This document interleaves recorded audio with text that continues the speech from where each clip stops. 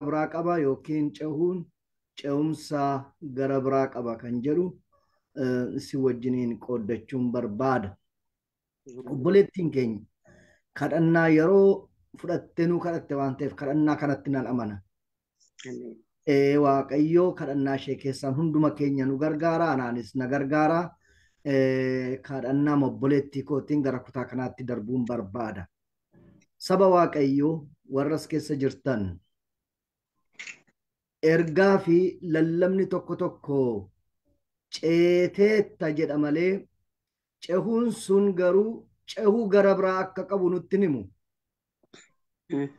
Ceeteetta jedhamna malee cehuun sun cehumsa gara biraa akka inni qabu quban qabnu yookiin nutti himamu. Kanaaf cehumsi gara biraa yeroo nu mudatu inni kun immoo maali dharee gaaffii jedhu kaasna.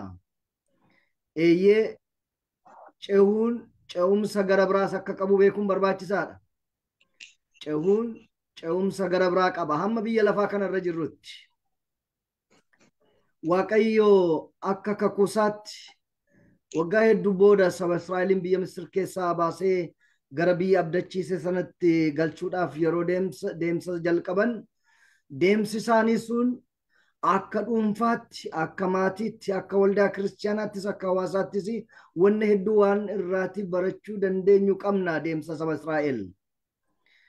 Kaayyoon barsiisa kanaa yookiin kaayyoon lallaba kanaa jireenyi biyyi lafaa laga mudannoo adda addaa akka nu ceesisu hubannee Waaqayyo isa laga hundumaa irratti eegee harka namaa qabutti siiquun filannoowwan dursu akka ta'e wal hubachiisuudha. Ijoon dubbii kanaa, ijoon barsiisa kanaa guyyaan har'aa daandii birmaduudhaatiif Waaqayyo kan ramade jedhee akka tasaa wanti ta'u hin jiru. Dubbii Waaqayyoo keessatti sagantaa kana ani ittan fufa jedhee hin yaadne torbanarraa akkam fixetti yaada. Garuu Waaqayyoo beekaa erga nu deebisee fidee wal nu argisiiseeti waan nutti dubbatu qaba. Jireenyi biyya lafaa laga mudannoo adda addaa akka nu ceesisu hubanne Waaqayyo isa laga hundumaa irratti eegee harka namaa qabutti siiquun filannoowwan hundumaarra dursu akka ta'e hubachuun baay'ee barbaachisaadha saba keenya. Eeyyee ceeteettaan hin danda'ama. Namoota rakkina keessa jiraniin, namoota abdii kutataniin, namoota dhibee adda addaa qabaniin ceeteetta jennee itti lallabuu hin dandeenya. Ergaas dabarsuuf hin dandeenya, barsiisuuf hin dandeenya. Garuu kan nu irraanfachuu hin qabne cehuun sun cehumsa gara biraa immoo laga gamatti akka inni qabu beekuun barbaachisaadha. Kun jireenya kiristaanaati. Waan nan fooyyessee yookiin immoo bifa babbareechee isinitti himu miti. Kun jireenyuma kiristaanaa keessatti jireenyi kiristaanummaa laga tokko duwwaa yookiin mudannoo tokko duwwaa nama dabarsa miti, nama ceesisa miti. Wanna hedduu nama ceesisa.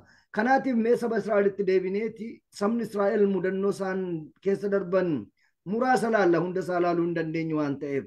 Tokkoffaa mudannoo galaana diimaati. Sodaa.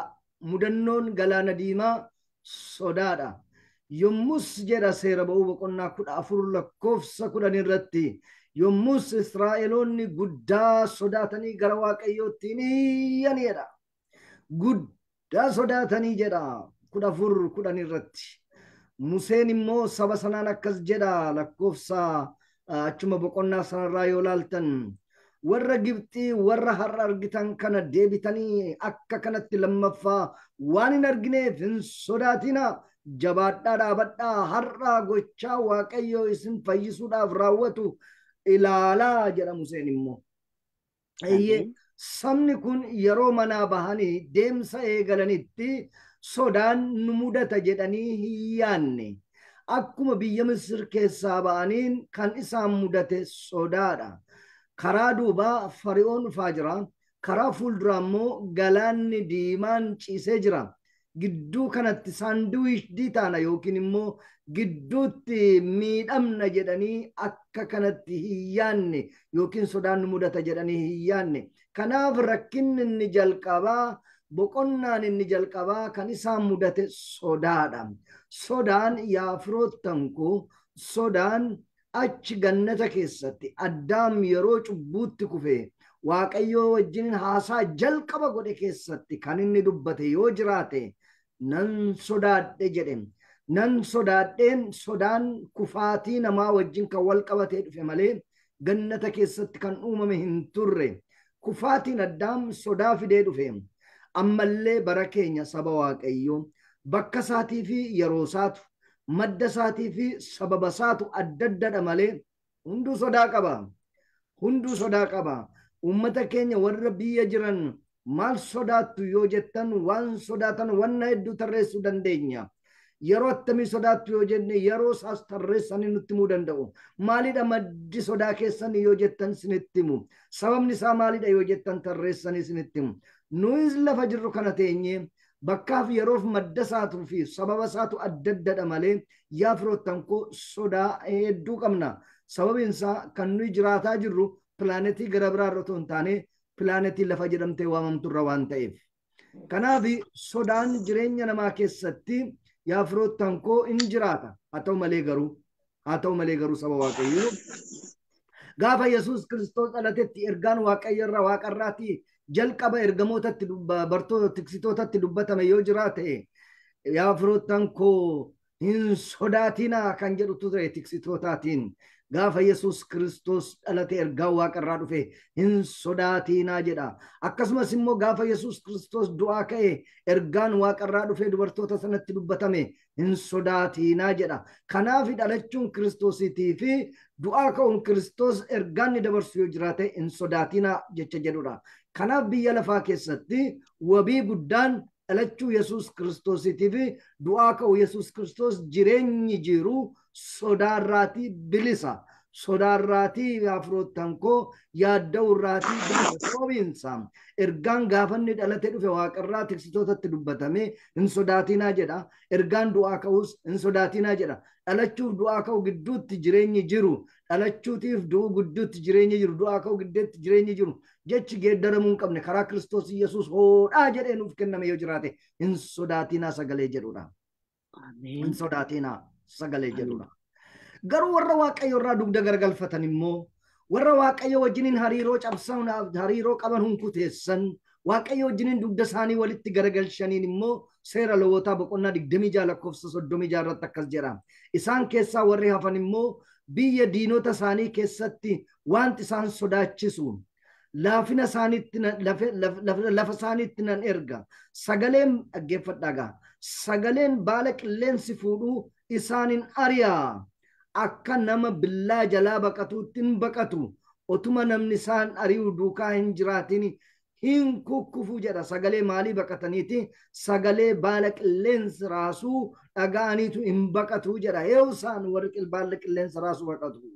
Eewudhaas warra Waaqayyo wajjiniin dugda walitti garagalche. Warra Waaqayyo wajjiniin hariiroo qaban hunkuteesse ijoolleen sun sabni suni rakkina akkasii keessa galuu danda'uudha.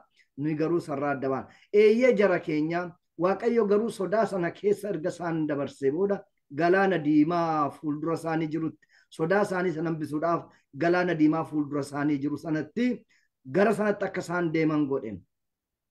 Garuu mudannoo hedduun yaa firoottan koo laga sodaatu jira. Lagdi sodaa nama sodaachisu. Laga yaaddootu jira. Yaaddoo abdii nama kutachiisu. Laga siqiqiitu jira. Laga siqiqii abdii nama kutachisiisu nama sodaachisu. Hanqina Musee iddoo kanatti yoo laalle lakkoofsa 13 irratti Museen hin sodaatinaa jedha saba sanaatiin. Hanqina Musee yoo laalle immoo lakkoofsa 15 irra jira.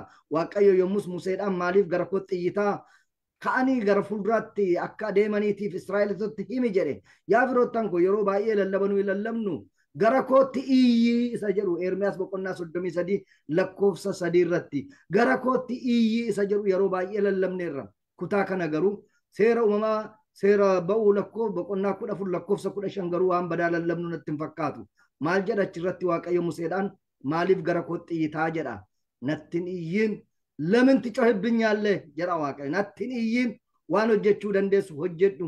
As galaana isa fagoo jiru kana as dhaabattee asitti natti hin iyyiin itti adeemi. Erga bira geessee booddee waan na gootu sittan hima. Asii achi ilaalte fagootti ilaaltee dhaabattee nattiin iyyiin maaliif gara kootti iyyitaa eeyyee sagalee waaqayyoo gara kootti iddootti jedhus qaba nattiin iyyiin iddootti jedhus akka inni jiru immoo beekuun barbaachisaadha macaafa qulqulluu keessatti maaliif akshinii fudhadhu hanga namni deemuu danda'utti deemi hanga namni deemuu danda'utti deemi qarqara ga'i hamma namni deemuu danda'utti deemtee qarqara ga'uu dandeessa bishaanicha qarqara ga'uu dandeessa hamma bishaan sana bira geessutti mirakilii waaqayyoon eegin deemi amantiidhaan deemi dhaqi qarqara bishaanii dhaabadhu achi yeroo geessu waa'ee bishaanii sittan hima as fagoo teessee asii achi ilaalteeti galaana kana ilaaltee as teessee nattiin iyyiin gara koottin iyyiin ለምን ትጮህብኛለህ maaliif natti iyyitaa waan gochuu qabdu godhi waan deemuu dandeessu deemi lafa ejjechuu dandeessu ejjedhu dhaqi miilla kee tokko ol fuutee isa bitaa ol fuutee isa mirgaatiin immoo eessa jedhu jettee nattiin iyyiin miilla kee isa bitaa fuutee isa mirgaatiin eessa jedhu jettee nattiin iyyiin deemi fuulduratti waan namni gochuu qabu godhi ati isatti gochuun goonne immoo natu godha mana hidhaa keessatti yeroo Phaawulosiif Siilaas yeroo Phexros mana hidhaa keessa ture yaa firoottan koo hammana sana akka inni raafamu godhe waaqayyoodha finyoo sibiilaa sana akka inni irraati hiikamee lafanemu kan godhe waaqayyoodha ergamaa waaqayyo ergasii booddee immoo Phexrosiin kai wayyaa kee uffadhu jedhe wayyaa uffachuun hojii Phexros malee hojii ergamaa waaqayyoo miti wayyaa saaffachuun hojii Phexrosi achi bee balballi sun beekamee banameefii jedha isaan beekee banameefii jedhama ergasii booddee magaalicha keessaa hin baanii jedhama achi deemee sokkee mana haadha Maarqos ga'e Phexros mana haadha Maarqos ergamaa waaqayyo banuufin isan barbaachisu Phexros rurukutatee banuun isa barbaachisa iddoo sanatti mirakiliin hin barbaachisu ofiisaa eeggatee abdiidhaan eeggatee obsaan eeggatee banachuu isa barbaachisa balbala mana hidhaa isa Phexros banuu hin dandeenye waaqayyotu bana balbala mana haadha Maarqos garuu ofiisaa banachuu qaba ofiisaa rurukutuu qaba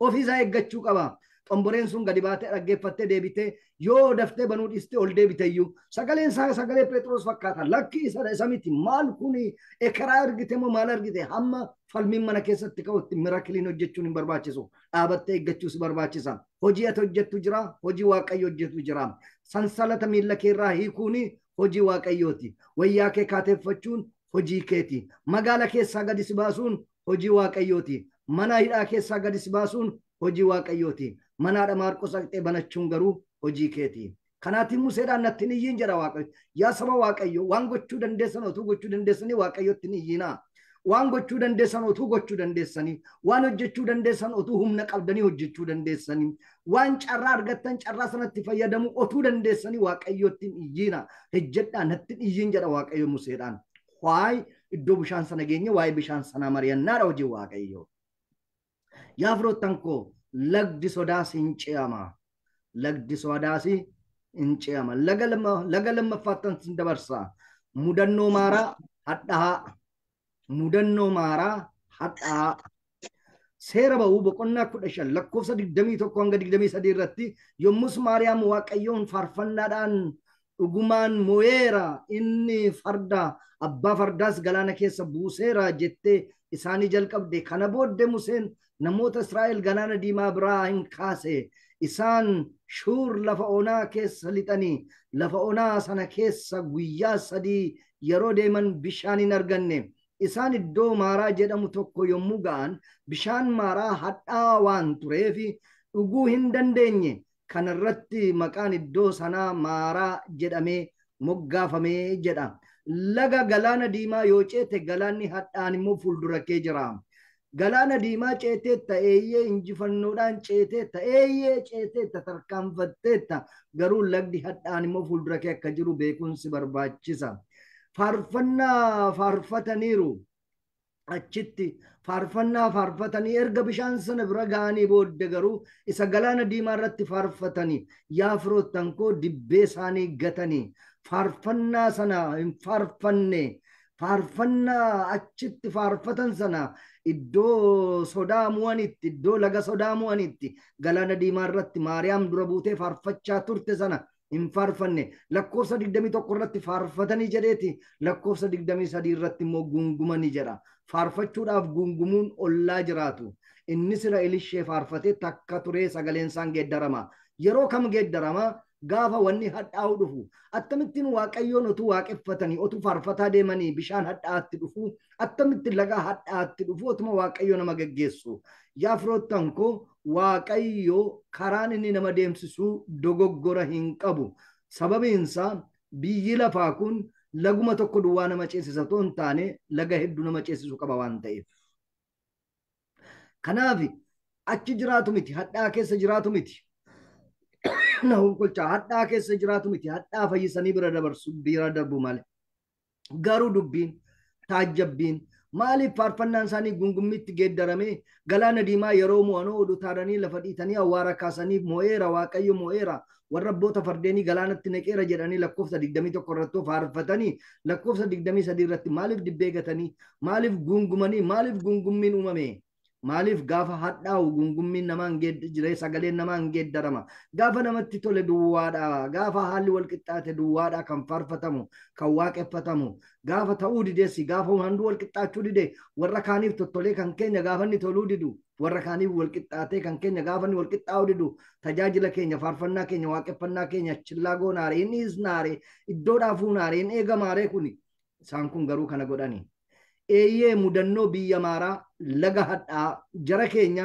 laga sodaa ce'anillee lagdi hadhaan immoo jira laga faarfannaa nama harkatti gatuu danda'u lagdi jira eeyyee laga hadhaa kutanii ce'uun kan dadhaban laga hadhaa kutanii ce'uu kan dadhaban laga hadhaa kutanii ce'uu kan dadhaban hadhaa keessatti kan hafan jireenya hadhaa'ee keessatti kan hafan namoota hedduutu jira mudannoo sadaffaattan sinfida mudannoo biyya eelim callisu mudannoo biyya eelim callisu akkas jedha laga diimaa erga ce'anii booda yaa firoottan koo laga maaraatti yeroo dhufanii isa bira darbanii kiiloomeetira 12 erga deemanii booda boqonnaa 15 lakkoofsa 27 irratti akkas jedha yommus isaan eelim iddoo burqituun bishaanii 12 fi mukeetiin meexxii 70 jiran dhufanii achi bishaan bira hin buufatanii jedha laga sana maaraa bira erga darbanii booddee immoo waaqayyo burqaa bishaanii 12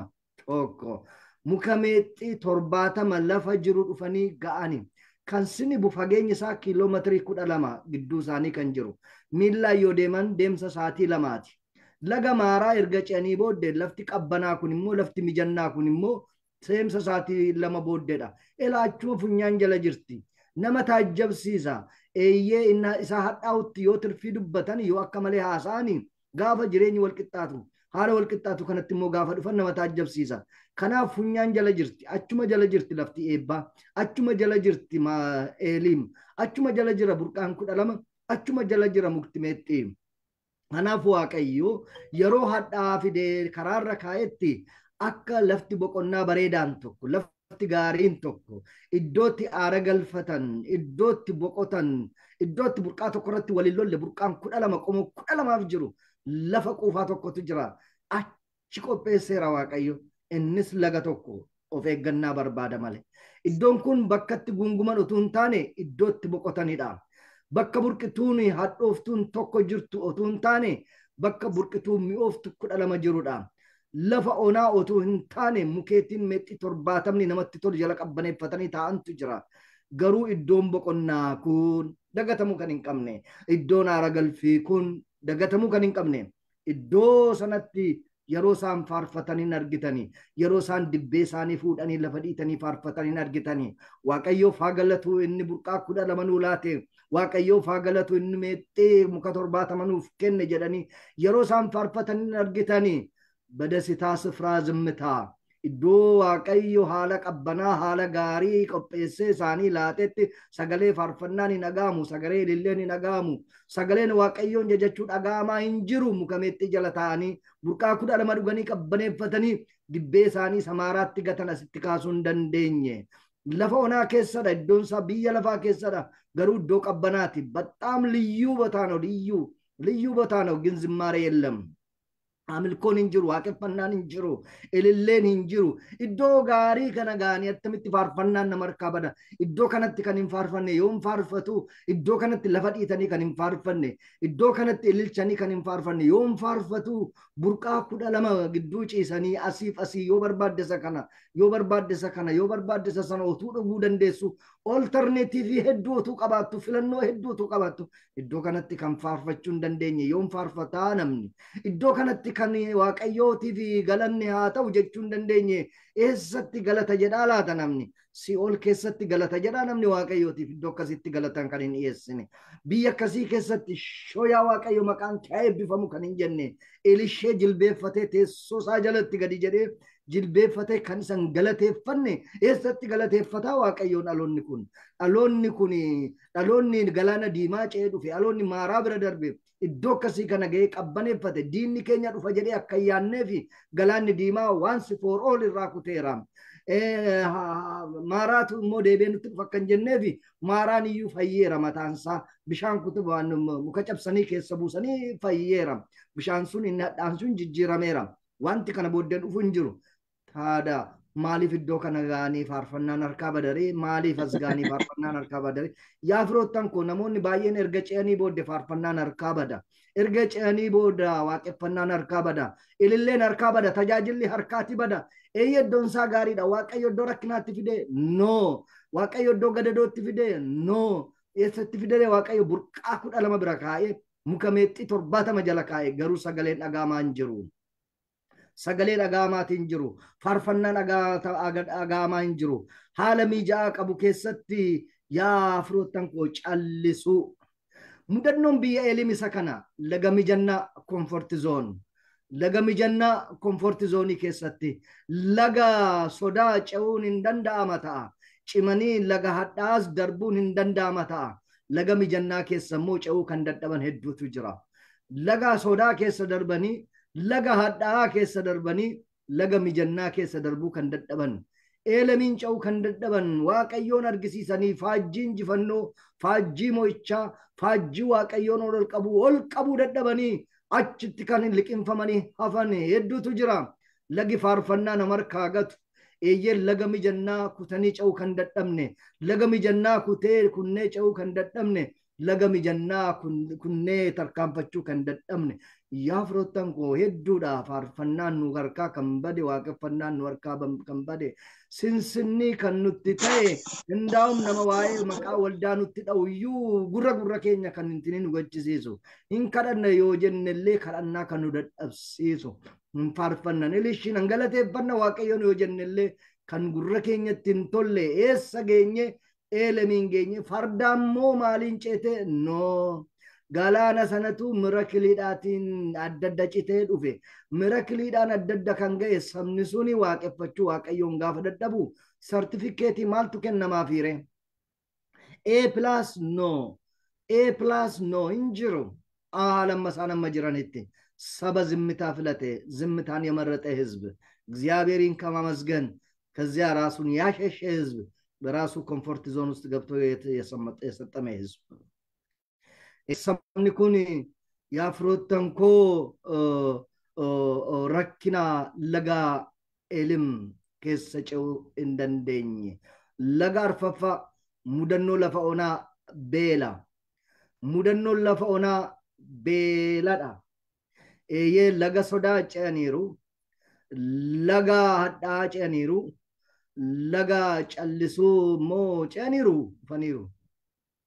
Akkas jedha boqonnaa 16 lakkoofsa 1 irratti.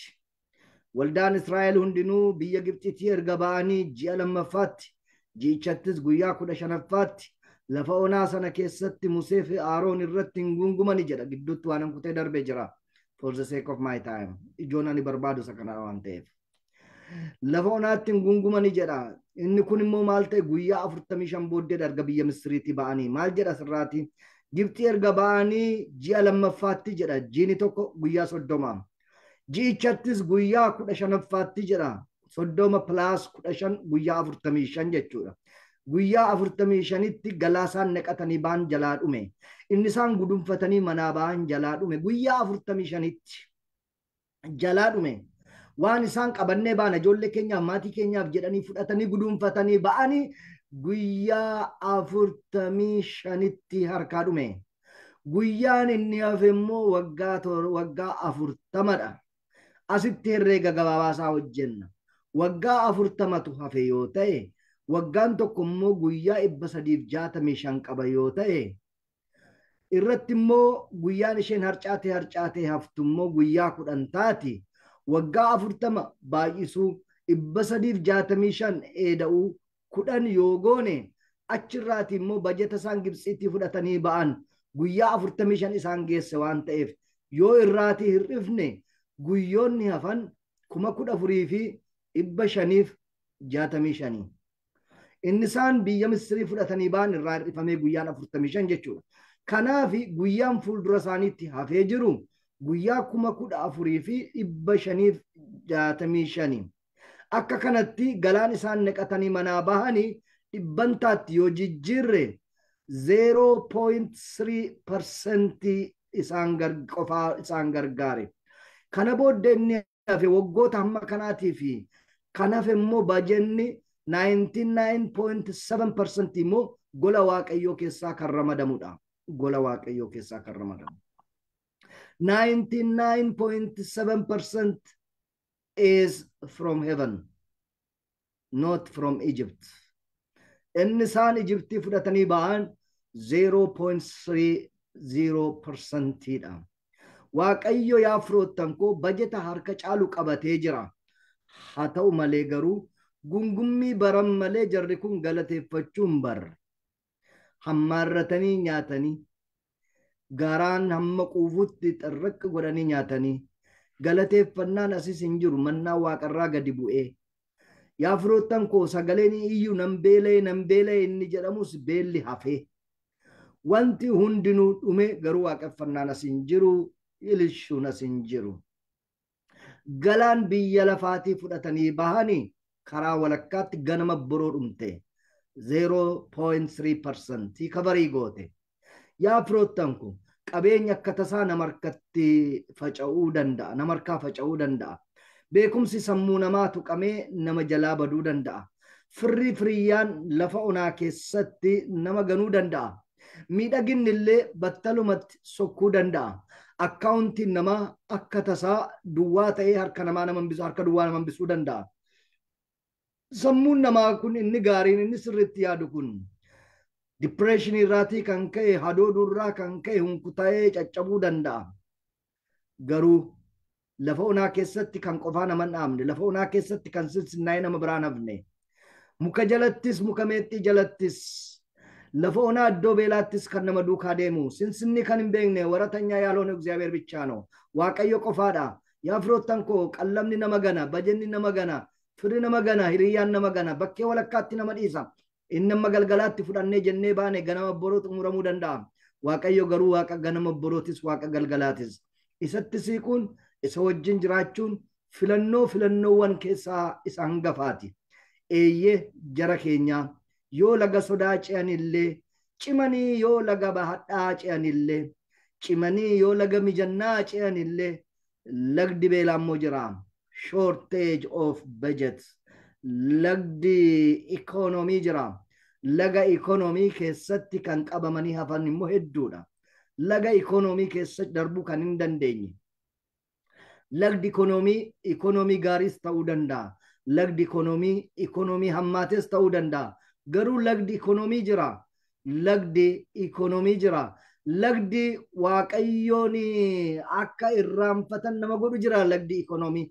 Lagdi ikoonoomii tokko immoo harka duwwaa nama hambisee akka waaqayyoon gaddisiisan kan nama godhu jira. Kanaaf Solomoon akkas jedhe, ani garbichi kee sooromee quufee waaqayyo eenyudha akka hin jenne, hiyyeessa deegaa ta'e immoo hatee kan argamne, caafii kana lamaan irraati ati na eegii jedhe waaqayyootiin. Ikoonomiin yaa firoottan koo balaadha. Ikoonomiin ol ka'es yoo waaqayyo nama gargaare malee qabuunsaa cimaadha. Ikoonomiin gadi bu'uunis yoo waaqayyo nama gargaare malee rakkisaadha. Haalli ikoonomii, haalli bajetaa murteessaadha. Garuu ikoonomiin hamma dhumaatti nu ga'a jedhanii qabatanii deemanii nama harkaa baduu dandeessi. Isa nama harkaa baduu hin dandeenye yaa firoottan koo waaqayyotti cimuun barbaachisaadha.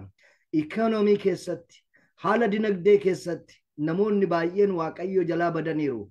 Lagdi ikoonoomii namoota hedduu fudhatee badeera. Eeyyee fudhatee badeera, garuu of eeggannaa nu barbaachisa. Economy matters. Spirituality jechuudha. Lagdi kunis jira, lagdi economy. Laga shanaffaatti dabarra. Lagdi shanaffaan immoo mudannoo biyya Refdiim eebuu bishaaniiti. Beelarraatti dabarra. Laga beelaa bira erga dabarree booddee laga dheebuutti dhufna. Boqonnaa 17 lakkoofsa 1 irratti. Akkas jedha. Waldaan Israa'el Refdiimii jedhamuutti hin buufatanii. Garuu sabni sun bishaan dhuguun arganne erga jedhee booddee ergasiin gungumanii jedha. Yoo nyaata argatani bishaantu bada. Jireenyi biyya lafaa kanaa akkas. Nyaata argatani inni taanee jiru immoo bishaanti hin jiru. Nyaata argatani garaa guuttatani bishaan immoo hin jiru. Yoo tokko argatani tokko tirrata. Yoo asiin wal qixxaateera jedhan asiin gadhiifata. Yoo achiin ta'eera jedhan asiin bada. Yaa firoottan koo. Wanti hundinuu haa dagatamu. Wanti hundinuu lagdi kamiyyuu nu haa mudatu. Iddoo beelaas inni jiru. Iddoo quufaas inni jiru. Iddoo hadhaas inni jiru. Iddoo sodaas inni jiru. Waaqayyo as keessattis jira. Namatu dagata malee. Waaqayyo inni mannaa waaqarraa siin gadi roobsee nyaachisaa jiru bishaan dhagaa keessaa baasuu hin dadhabu. Isa waaqarraayyuu gadi fide isa lafa keessaa ol baasuu dadhabaaree yoo namni yaade. Isa waaqarraayyuu mannaa gadi roobse bishaan lafa keessaa ol burqu fiduu dadhaba jedhamee yaadamaaree maaliif dagata namni? Erga isa waaqarraa namni yaadne waaqarraa siin gadi roobse isa miilla keenya jala jiru immoo ol futtaasuu hin dadhabaaree waaqayyo. Garuu namummaan rakkisaadha. Gungummii ta'a. Gungummii. Waaqayyo irratti gungummii asitti gungumaniiru. By the way, iddoo kanattidha Museen kan miidhame tokko. Miidhamni Musee iddoo kanatti. Waaqayyo biyya abdii sanatti yeroo inni dhiyaatutti. Biyya abdii sana ga'uudhaaf yeroo inni adeemutti yaa firoottan koo. Waaqayyo Museedhaa waamee Musee kottu jedhanii gaaratti baasee argitaa biyya Waaqayyo abdii galuudhaaf kakadhee isinii kakadheedha abboota keessaniif kakadheedha argitaa jedhe. Eeyyee nan argade Musee yoo diraamaa taayizii goone akkatti maddii isaa qabatee dhaabatee laficha laala Museen. Akkatti biyyicha laalatti argisiisa Waaqayyo. Gara Museetti galagaleetu Waaqayyo. Ati immoo ittiin galtu jedheeni. Sababiin isaa yaadatta iddoo bishaan sanaatti wanna goote jedhe Waaqayyo. Dhagichatti dubbadhu jennaan dhagicha dhaariidhaan rukutte. Yaa garaatti qabadheen si duukaa dhufe malee iddoo sanatti na gaddisiisteetta. Jireenya bara baraan abdu, jireenya bara baraan rakkinni hin jiru. Rakkinni hin jiru jireenya bara baraa hin argatta. Garuu dogoggora goote kun immoo gatii si baasisa. Gatiin ati baastuu lafa abdii sanaatti hin galtu. Asumaachi jakeetiin ilaalta malee hin argitu jedhee Museedhaan achitti hambise yaa firoottan koo. Museen iddoo kanatti gatii baase aarii saba sanarraa kan ka'e. Ergasii booda jarni Musee Waaqayyo wajjin deeme yoo jiraate Waaqayyo wanta sana yaadannoo irratti qabate yaada sagarra Musaatti qabatee duuka deema ture. Waaqayyo nuuf haa dhiisu. Otuu beeknu wanna goone yaa firoottan koo Waaqayyoon irraanfatee isinitti hin fakkaati yoo qalbii jijjiirannaadhaan balleessine malee yoo qalbii jijjiirannaadhaan achirraatii kaasne malee kan Waaqayyo garaatti qabatee nu duukaa deemu jira laata I don't know. Warra faarfannu warra lallabnu keessaa warra waaqeffannu warra miseensa waldaa taanee jirru waldaa dhaqnu warri waldaa dhaquu hin dandeenye waan Waaqayyo nutti gaddee garaatti qabatee deemu jira ta'a laata iddoo kanattidha kan Museen gatii baaseen. Museen gatii baase iddoo kanatti gatii baasise sabni sun saba sanatu na aarsa iddoo kanatti Museen hin aare ana balleessu saba kana balleessu irraa anaan balleessi nama jedhedha namichi kun sababa saba kanaatti garuu gatii baase Museen lafa abdii sanaa ijaan ilaale malee ittiin galle sababiin isaa iddoo bishaan sanaatti waan na goote yaadattaa jedhee Waaqayyo. Yaa firoottan koo meeqan keenyatti Waaqayyo garaatti qabateen wajjin deemaa jira ta'aa laata? Meeqan keenyatti gaddee Waaqayyo otuma beekuun wajjin deema ta'aa laata? Kottaa dhaabannaame. Kottaa dhaabannee toof ilaallaa. Maalii dhalaataa yaa Waaqayyo lafanitti balleesseeru natti araarami. Akka Musee kanatti gadditeettu yoo jira ta'e yaa Waaqayyo amma herreega isaa cufuun barbaada. Ati naa cufi jenne tarii iddoo Waaqayyo qarri nutti jedheeru jira yoo ta'e iddoo Waaqayyo ayii jedhee Waaqayyo nutti nyaara guureeru jira yoo ta'e har'a guyyaan kun waan ta'eef iddoo kana dhaabannee har'a duubatti deebinee haa laallu. Ani Musee irra hin caalu atis Musee irra hin caaltu. Eenyuun keenyayyuu Musee irra hin caallu. Museen gatii baase ijaan ilaalee otoo miilaan irra ejjatiin ce'ee du'atti gamatti. Kana jechuun Museen jireenya bara baraan arganne jechuu miti. Argateera. Museen deebi'ee Eeliyaas wajjiniin Yesuusin argeera. Garuu gatii nama baasisa lafarratti. Takka takka waan nuti difratiidhaan goonu. Takka takka waan nuti utuu beeknu goonu.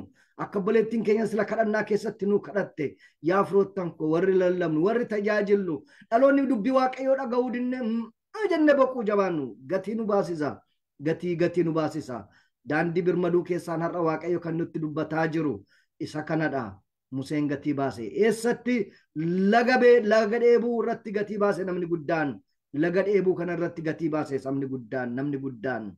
Lagi dheebuu jira yaa firoottan koo. Lagdi dheebuu gatii nama baasisu jira. Lagdi dheebuu immoo jira. Ammas lagdi dheebuu jira. Eeyyeen lagdi dheebuu waan adda addaa of keessatti qaba.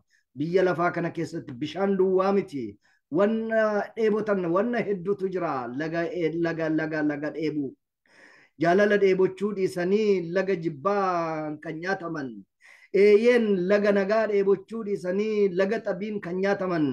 Eeyyeen laga gadoof qabuu dheebochuu dhiisanii laga of tuulummaadhaan kan nyaataman namoota hedduudha. Namoota hedduudha. Kun laga Raafdiim. Achi iddoo namni guddaa dabalatee namoonni baay'een miidhaman laga hedduudha. Jaafa mudannoo Raafdiim lakkoofsa 2 waraana jarri kun beela isaaniitti erga nyaata argatanii qabbaneeffatanii bishaan isaanii immoo dhuganii erga jedhanii booda lakkoofsa 8 irratti seera ba'uu 17 irratti immoo warri Amaaleq Raafdiim dhufanii warra Israa'eliin hin lolani jedha. Yeroo isaan dhuganii yeroo isaan nyaatanii qabbaneeffatan Amaaleq immoo dhufee waraanatti bane. Ishoo galata kee jedhee gaafa namni naa darbe ija baasheetii ishee beelli ishees ija baasheetii dheebuun ishees jedhee tagalaggalku gaafa jedhee taa'u waraanni karaa gara biraa dhufee waraana irratti bana. Laga jaaffaadhaan kun immoo laga isa jaaffaa laga waraanaati. Iddoo ijoolleen Israa'el qabbaneeffatanitti waraana dhufee irratti baname. Haa ta'u malee Waaqayyo inni lageewwan darban keessatti lageewwan 5 darban keessatti wajjiniin ture. Laga kanarratti isaan hin nyaachisu. Achi jira Waaqayyo.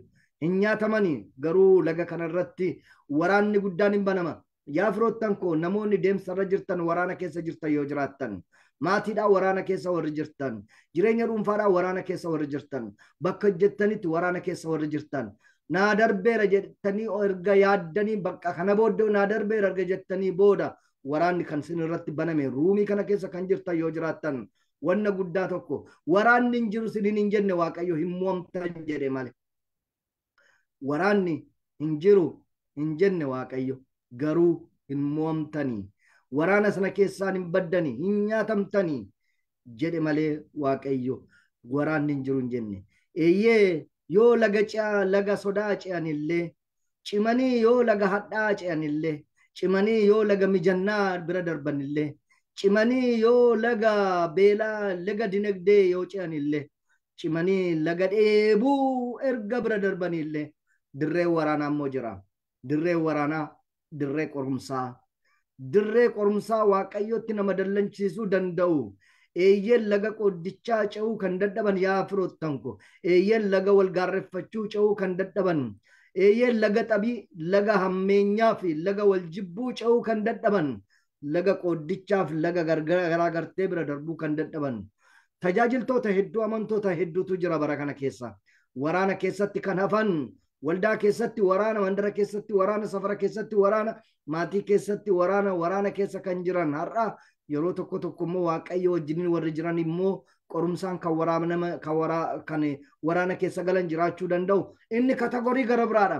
Garuu Waaqayyo wajjiniin wal fincilu irraa kan ka'e immoo waraana keessa kan jiran yaa firoottan koo waldaa dubbii keessa jirtu warra dubbii jaalatan dubbii jaalachuu irraa kan ka'e waldaa kan hunkuran amantoota kan hunkuran yaa firoottan koo tasgabbii waldaa kan dhabsiisan laga waraanaa 6ኛው ደረጃ ነው። 6ኛው ወንዝ ነው። 6ኛው ወንዝ laga sajaffaadha. Torbaffaa mudannoo tulluu siinaa mul'achuu Waaqayyo galanni Waaqayyoof haa ta'u. Torbaffaan mudannoo tulluu siinaati mul'achuu Waaqayyo boqonnaa 19 lakkoofsa 16 irratti isteeppii torbaffaan yookiin sadarkaa torbaffaanii Gaafa guyyaa sadaffaa ganama immoo sagalee qaqawweessaa fi balaqqeessaatu ture. Duumessi ulfaataan tullicharra ture. Sagaleen malakataas baay'ee cimaa ture. Namoonni iddoo buufatan turan hundinuus hin hollatani jedha. Torbaffaa irratti waaqayyotu gadi bu'e. Laga torbaffaadhaan kun. Torbaffaa irratti waaqayyotu ofiisaa gadi bu'e. Eeyyee gadi bu'e waaqayyo yaa firoottan koo. Eeyyee sila waraanatu ture. Akkas jedhu yeroo bari'uudhaaf jedhu dukkanaa jedhu. Yeroo waaqayyo waaqarraatii gara keenyatti qajeelu. Yeroo waaqayyo waaqarraatii gara keenyatti gadi bu'uudhaaf tulluu siinaatti gadi bu'uudhaaf yeroo waaqayyo qophaa'ee ka'u lafti diddee dukkanoofti.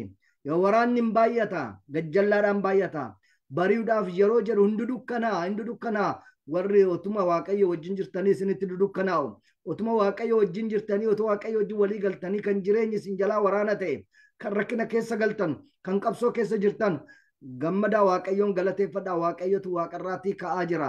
Linagaaggaa silii callimaa libbaalaalinna gadi bu'aa jira. Waaqayyo tulluu siinaa irratti gadi bu'aa jira. Siif qophaa'aa jira. Gubbaadhaa gadi dhufaa jira. Yeroo kee yaa firoottan koo hubachuun kan nuuf ta'u laga sodaa ce'anii laga hadhaa ce'anii yoo ciman laga mijannaa ce'anii yoo ciman bakka hir'inaas ikoonoomii bira darbanii yoo cimanii laga dheebuu biras darbanii yoo dhimmanii laga waraanaas tarkaanfatanii yoo darbanii tulluu mul'achuu waaqayyoo the glorious Eversight eenyuyyuu yaa firoottan koo kan akka kanatti gochuu hin dandeenye lagdi waaqayyoo inni torbaffaan sadarkaa waaqayyoo inni torbaffaan waaqayyo wajjiniin wal arguudha. Waaqayyo wajjiniin wal arguudha. Eeyyee ce'uu gara biraa qaba. Ceeteetta qofaa miti. Erga ceetees ce'uu gara biraa qaba. Isa nageenya waaqayyo nuuf haa eebbisu. Yeroo eebbaa qabaadhaa. Jabaadhaa. Lagdi kamiyyuu sin fudhateen badiin hamma ulfina waaqayyo guutummaatti argitanitti. The glorious side of God, where God is coming down to meet his people. Waaqayyo isa nageenya nuuf haa eebbisu. Jabaadhaa.